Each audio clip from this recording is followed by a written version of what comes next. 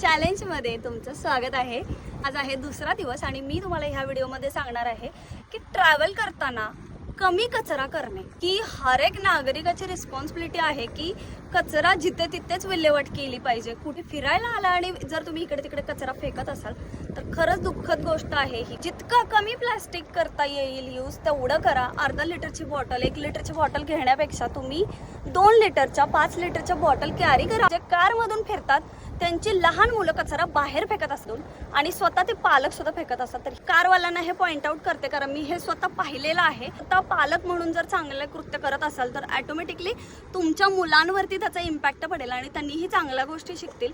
कारण एक वेळ अशी येईल की जेव्हा तुमची मुलं मोठी होतील तेव्हा हे जे जमीन दिसते, पाणी दिसते, ह्याच्यावर सगळा प्लास्टिकचा कचरा दिसायला लागेल। त्यावेळी त्यांनी फक्त तुम्हालाच जबाबदार धरणार आहेत ह्या सगळ्या गोष्टीसाठी। वेळ गेलेली नाही, सुधरा।